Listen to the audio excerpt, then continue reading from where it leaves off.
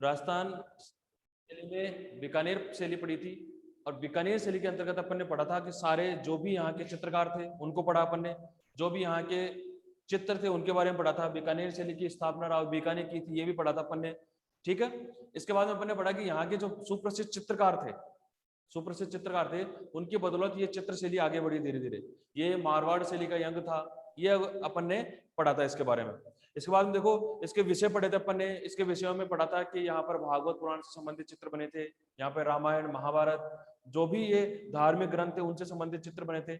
इसके साथ साथ यहाँ पर आखेट विषय से संबंधित भी चित्र बने थे। कहाँ? बीकानेर शैली में, ठीक है। तो बीकानेर शैली में आखेट से संबंधित धार्मिक चित्रण, ठीक है, रामायण महाभारत आदि से संबंधित चित्र बने थे। इन चित्रों का निर्माण बीकानेर शैली में मुख्यतः किया गया था, और बीकानेर शैली इसी के लिए फेमस थी क्योंकि यहाँ पर जो धार्मिक चित्रों के साथ साथ यहाँ पर मुगल चित्र शैली का भी प्रभाव था, क्योंकि यहाँ के जो चित्रकार थे वो मुगल शैली से प्रभावित थे। ये अपन ने पढ़ा था उसके बाद में, ठीक है। इसके बाद में अपन ने पढ़ा कि यहाँ पर जो रंगों का प्रयोग किया गया था वो चटक रंगों का प्रयोग किया गया था, चमकीले रंगों का ज्यादा प्रयोग किया गया था यहाँ पर, ठीक है। जिसमें चमकीले रंगों के अंदर अपन ने देखा कि बैंगनी रंग, जामुनी रंग आदि रंगों का प्रयोग किया था। हाँ, बीकानेर शैली बता रहा हूं मैं, ठीक है, बीकानेर शैली बता रहा हूं मैं वापस। कई बच्चे कह रहे हैं कि बीकानेर शैली वापस एक बार समझा दो सर, तो बीकानेर शैली बता रहा हूं मैं। बीकानेर शैली की देखो, बीकानेर शैली की स्थापना राव बीकाने की थी। बीकानेर शैली की स्थापना राव बीकाने 1485 में की थी, ठीक है। बीकानेर राव बीकाने की थी, ये अपन ने पढ़ा था। इसके बाद में अपन ने पढ़ा था इसमें कि ये मारवाड़ का ही अंग है, मारवाड़ शैली में ही माना जाता है ये, ठीक है, मारवाड़ का ही अंग है। इसके अलावा यहां पर मुगल शैली का प्रभाव था,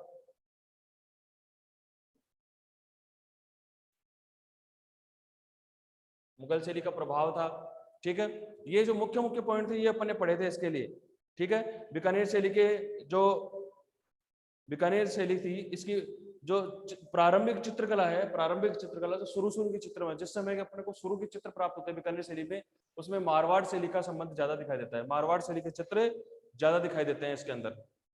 तो मारवाड़ शैली के चित्र ज्यादा दिखाई देंगे, वो इसलिए दे रहे हैं क्योंकि यहाँ पर मारवाड़ का अंग होने के साथ साथ, मारवाड़ का अंग होने के साथ साथ मुगल शैली का भी प्रभाव इस पे था, ठीक है। महाराजा करण सिंह हुए, महाराजा अनूप सिंह हुए, राव बीका हुए, इन्होंने मिलके अलग अलग चित्र शैली का निर्माण किया।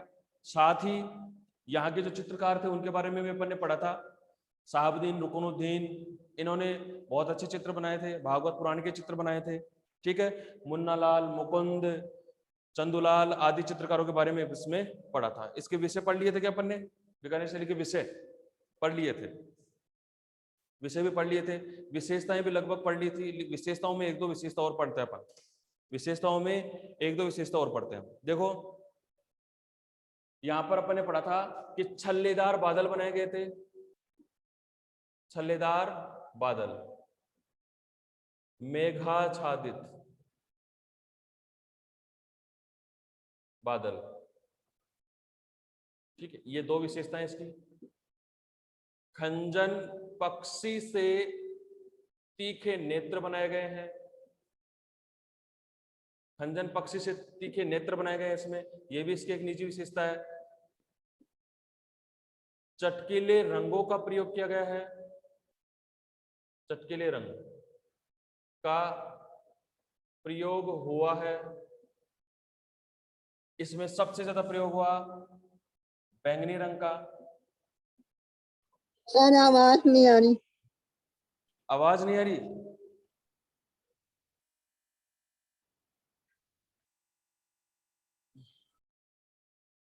तो ये चटकीले रंगों के अंदर सबसे ज्यादा जामुनी रंग का प्रयोग किया गया है इसके अंदर।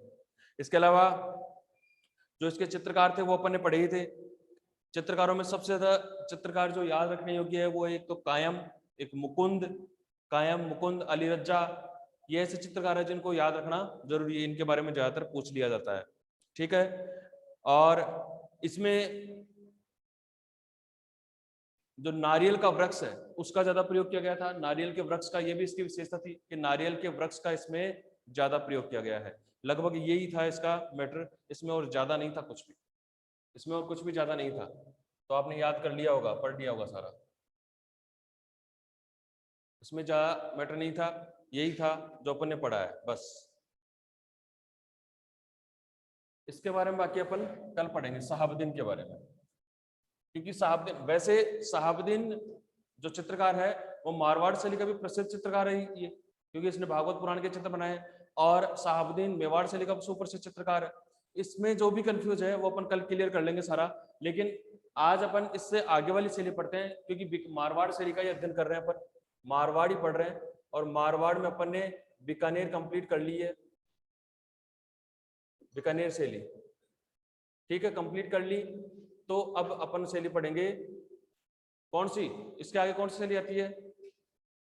किशनगढ़ शैली। शाबाश, किशनगढ़ शैली पढ़ेंगे, किशनगढ़ शैली पढ़ेंगे। सबसे मोस्ट हर बार पूछा जाने वाला क्वेश्चन, इसमें से हर बार क्वेश्चन पूछा जाता है, पहली बात। दूसरी बात, राजस्थानी शैली की सबसे मोस्ट शैली, राजस्थानी शैली की सबसे लोकप्रिय शैली इसी को माना जाता है, किशनगढ़ शैली को, ठीक है। वो अपन पढ़ेंगे डिटेल की, इसको क्यों माना जाता है, बाकी शैलियां भी तो इतनी अच्छी हैं, इसी को क्यों माना जाता है, अपन इसकी डिटेल पढ़ रहे हैं अभी, तो डिटेल में पता चलेगा अपन क्यों पढ़ रहे हैं अपन, और इसकी विशेषता क्या है, ये क्यों प्रसिद्ध है। देखो शुरुआत करते हैं ध्यान से, एक एक पॉइंट ध्यान से पढ़ेंगे, इसका एक एक लाइन ध्यान से पढ़ेंगे। देखो अपन बात कर रहे हैं किशनगढ़ शैली की, अपन बात कर रहे हैं किशनगढ़ शैली। किशनगढ़ की स्थापना, सबसे पहले बात करते हैं इसकी स्थापना किसने की। किशनगढ़ की स्थापना 1609 में राजा किशन सिंह ने की थी। किशनगढ़ की स्थापना 1609 में राजा किशन सिंह ने की थी, ठीक है।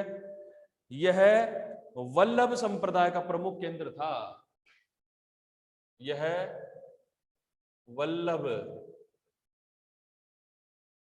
संप्रदाय का प्रमुख केंद्र था, यह वल्लभ संप्रदाय का प्रमुख केंद्र था। ये बात आप अच्छे से याद रखेंगे। अभी मैं एक एक लाइन टू लाइन समझाऊंगा आपको कि वल्लभ संप्रदाय का प्रमुख कैसे केंद्र रहा। फिर इसमें जो इसकी सबसे मुख्य बात है वो यह है कि इसमें नारी सौंदर्य विश्व प्रसिद्ध बनाया गया है, नारी सौंदर्य को विश्व प्रसिद्ध किया गया है। यह शैली फेमस इसीलिए हुई है कि इसमें नारी के अथाह सौंदर्य को दिखाया गया है। ऐसे नारी आकृतियां, स्त्री आकृतियां अन्यत्र किसी शैली में नहीं बनी हुई है जितनी इस शैली में अच्छी बनी हुई है। बहुत अच्छी और बहुत सुंदर आकृतियां, सुंदर चित्र शैली का निर्माण इसमें हुआ है, ठीक है। इसके अंदर राधा व कृष्ण की मनोरम झांकियां बनाई गई हैं।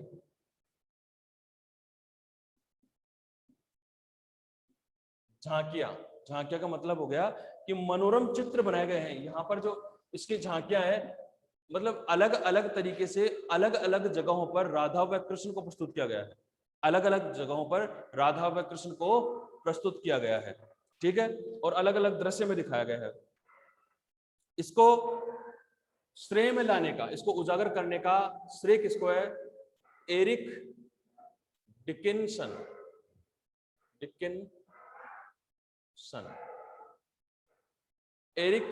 डिकिंसन। एरिक डिकिंसन एक ऐसे कलाकार थे, एरिक डिकिंसन, जिन्होंने इस शैली को प्रदर्शित किया। एरिक डिकिंसन ने ही इसको प्रदर्शित किया था।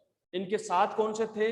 इनके साथ वे कलाकार थे जिन्होंने इसको उजागर किया, वो थे, साथ के कलाकार थे एरिक डिकिंसन और डॉक्टर फैयाज अली। डॉक्टर फैयाज अली ये प्रोफेसर थे यूनिवर्सिटी के, ठीक है। 1943 में अजमेर के कपड़ा भंडार से इसकी खोज की थी। कब की थी? 1943 से। अजमेर में के कपड़ा भंडार से इसकी खोज की। अजमेर के कपड़ा भंडार से इसकी खोज की, इसको प्राप्त किया, ये मिला। ठीक है। राजा जो सामंत सिंह थे, देखो इनके बाद में किशन सिंह के बाद में अनेकों अनेकों राजा है, लेकिन जो राजा सामंत सिंह थे, सामंत सिंह, इनके समय में ये शैली सबसे ज्यादा प्रफुल्लित हुई, सबसे ज्यादा चित्र इसके समय बने। तो ये इनका समय क्या हो गया? स्वर्ण काल हो गया। सामंत सिंह का समय स्वर्ण काल था।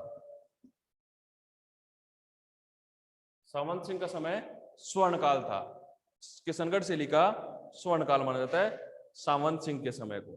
ठीक है। इसके अलावा किशन सिंह, जो किशन सिंह थे, देखो ये किशन सिंह है। अब किशन सिंह जब राजा हुए, किशन सिंह के राजा होने के बाद में ये जो शैली चली वो किन के समय में चली? जैसे किशन सिंह आया, किशन सिंह के बाद में आया सूरजमल, किशन सिंह के बाद में आया था। देखो इनको याद करने की जरूरत नहीं है इतना, बस एक बार नॉलेज में रखो कि हाँ कोई था सूरजमल जो किशन सिंह का पुत्र था। फिर इसका पुत्र आया, देखो राजा महाराजा पीढ़ी दर पीढ़ी चलते हैं, वैसे भी अपने को पता ही है। तो सबसे पहले किशन सिंह था, किशन सिंह के बाद में सूरजमल इसका पुत्र बन गया, और सूरजमल का फिर पांचवा पुत्र था रूप सिंह, इसका पांचवा पुत्र था रूप सिंह, वो बन गया राजा। फिर ऐसे पीढ़ी दर पीढ़ी चलता रहा। और मान सिंह, इनके बाद में मान सिंह, इनके बाद में राज सिंह, और राज सिंह के बाद में 1778 ईस्वी में सावंत सिंह, 1778 ईस्वी में सावंत सिंह किशनगढ़ का राजा बना था। सर ये कौन था?